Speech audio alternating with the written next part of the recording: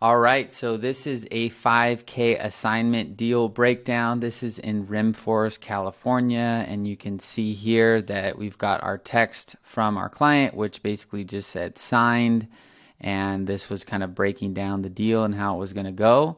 And he just said, I like this wholesaling thing, man, LOL. And then a few days later had just said that he just got paid, and that was basically the wholesale deal. So I'm going to break down just kind of the general scenario of this lead, how we found them with a Facebook ad, and basically take you through the process of how this thing works. So the lead inquired actually in September 14th of 2022, and the lead was under contract by the 17th, and I'll show you those screenshots and photos. And I'll walk you through the initial convo, some of the converting combos, and then just kind of take you through the disposition process, which is obviously more on my client. But I'm always very connected to my clients and learning, from them, and always gathering data and getting as much info and learning as much as I can. So anyway, and then the situation. So basically the condition, right? It was just an old house. The deck was messed up, and this guy was basically just done with it. I mean, there's no real other way to put it. He was just done with it, wanted to move out of state. California was getting too expensive. And this is like a hardworking guy that basically had lived there for a good amount of time and was just done with the house. So he came in from a Facebook ad on September 14th. And then on the 17th, we had already had it under contract. So basically the process from our agency's level is we run a Facebook ad, we take the lead through a survey, and then the lead can book in an actual appointment. And then if they book the appointment, they go to a success page. So this is the first message when the lead came in. And if you saw the last deal breakdown, or one of the deal breakdowns, you'll notice that I basically say the best leads respond to the first few messages. So this lead, came in on the 14th and then basically responded to the second automated message that we had. And basically that's how we know we're at least going to get a solid conversation, and they're just a lot more likely to potentially close. So anyway, this scenario was basically with me and this investor was that we kind of partnered up on these first few months of the service. And so I told him, hey, look, I'll help get these leads on the call with you. This guy has an awesome story, but he's not really too technical, tech savvy, and I'm sure I'll have a video with him later where he can kind of tell his story. But basically I just said, hey, look, I can do my part, which is getting the leads, and my company can get you the leads and get the conversations going, and I'll make it as easy as possible to show you that this works, right? So you can see here QN, this is me, right? And basically just kind of engaging with that lead as soon as he sends the response. And also part of why I did this as well is because, when you have a business, right, it's like sometimes you have to really go out and prove and put some skin on get some skin in the game and show that, hey, we know this thing works, right? And so I basically bet on the fact that this system would work for him.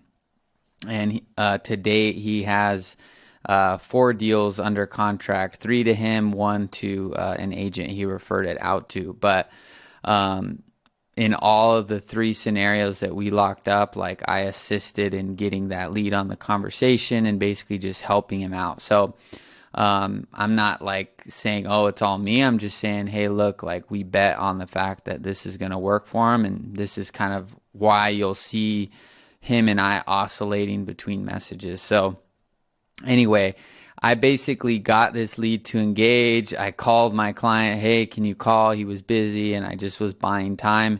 He finally called him, and you can see like our client just makes one call and he's already talking to a seller for 5 minutes, right? So then I was like, hey, we should get photos, right? Because like I said, this client is, he's kind of getting familiar with the system and how this stuff works, and working with sellers directly. He's used to buying properties off of wholesalers. So I was just kind of showing him how this works. And I think it's good from our agency standpoint that, I'm not just some guy that knows marketing. I think it's good to stay in your lane, which I do, but it's like you also have to know the business and understand how things work. So I had no problem talking to the sellers. I've talked to tons of sellers, and it's not a big deal to me. So anyway, I asked him this question. I was like, yeah, he's going to send photos. He sends photos. And then he went dark for like 2 days, I think. And I was like, at that point, I basically was like, hey, this is your lead now. Like, I've obviously proven that he's serious about selling. He's sending photos. You guys talked on the phone. Like, this is up to you. And then, my client's busy, like I said, kind of learning how all this stuff works. He's like new to the tech world and stuff. So I was like, dude, 2 days, 3 days in like this world is a long time. When it comes to lead conversion, I'm like, we got to jump back in. So I jumped back in, got him re-engaged, and basically we had already sent the contract, right, between the 14th and the 17th. So he went dark when he saw the contract.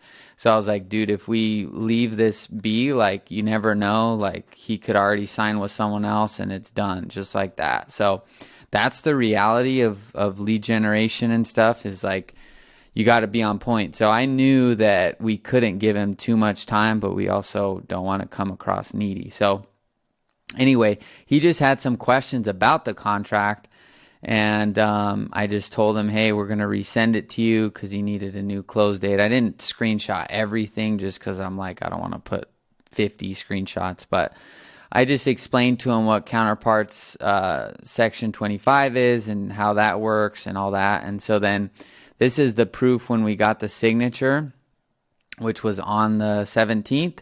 And the original close date was going to be on Halloween, which is funny because the last one I just did was acquired on Halloween. But anyway, this property, so this is kind of where everything, this is where the reality of the business comes into play, right? And why sometimes people don't succeed with systems. They don't stick with it long enough. So anyway, you can see here, this is, September 17th, and then I cut to the 10th. So a lot happened in between here. Basically from September 17th to October 31st, we were looking for buyers, right? So we didn't really have to keep this guy too much in the loop, because there was a possibility that that my client was going to flip this and remodel it himself. So there wasn't a lot of communication from the 17th to the Halloween, because it was just like, from the seller standpoint, it was just like, hey, you guys are going to buy my property. Like, I'm done with it. Like, I don't need to talk to anyone. It's just on the 31st. I expect to close, hand over the keys, get my check, and bounce out, right? So from his standpoint, it was pretty much complete, and we knew that either we had to flip it or find a buyer. So long story short, by the 31st, right, it was like there wasn't a viable buyer at the price that we had got it at. And it wasn't this was kind of right when I think rates started to go on the rise, and there were just some things that were happening in the market. So it was kind of like, ooh, we don't know if we want to like do this anymore, right? So it looked like it was just going to fall out, and we were just going to have to say, hey, things change. We can't close on this. And, it wouldn't have really been a big deal. But my client wanted to help this guy out. He had a good conversation with him, so he wanted to help him out. And then, long story short, after, just kind of not giving up and staying committed to it, my client was able to find a buyer. We did have to, go to the seller and get the price renegotiated and drop down. But, long story short, it ended up closing on, I think, the 10th or 11th or whatever. And, our seller got paid, and he got to, move out and go to, I think, I can't remember what state, but he got to move out of the state and go where he wanted to go. And, our client made a little wholesale fee, which really wasn't even at a certain point. He just wanted to help this guy out. But yeah, it closed, and, that was just kind of the reality. I think it's cool to show, like, yeah, not every lead is like a textbook. Hey, they come in, they lock up, it closes, like, and I think, that's part of marketing, is to show like this super quick, fast result, which is great. But these things happen, and I think it's cool to show, because if you want to work with us, you at least know I'm not blowing smoke trying to tell you, hey, every lead converts right away. It's, here's the pipe dream. It's like, no, our system works. You can be so profitable with it, and just stick with it and it'll work. So this is a deal breakdown for this. Depending on where you're seeing this video, if you're interested in working with us, learning more about our systems for real estate investors, you can either click a button below, click a link, or always go to newbreedinvestor.com. And, there's not much on the website, just a simple calendar page pretty much. So if you want to talk, we can talk, and would love to work with you and connect. So have an amazing day, and talk to you soon. Bye-bye.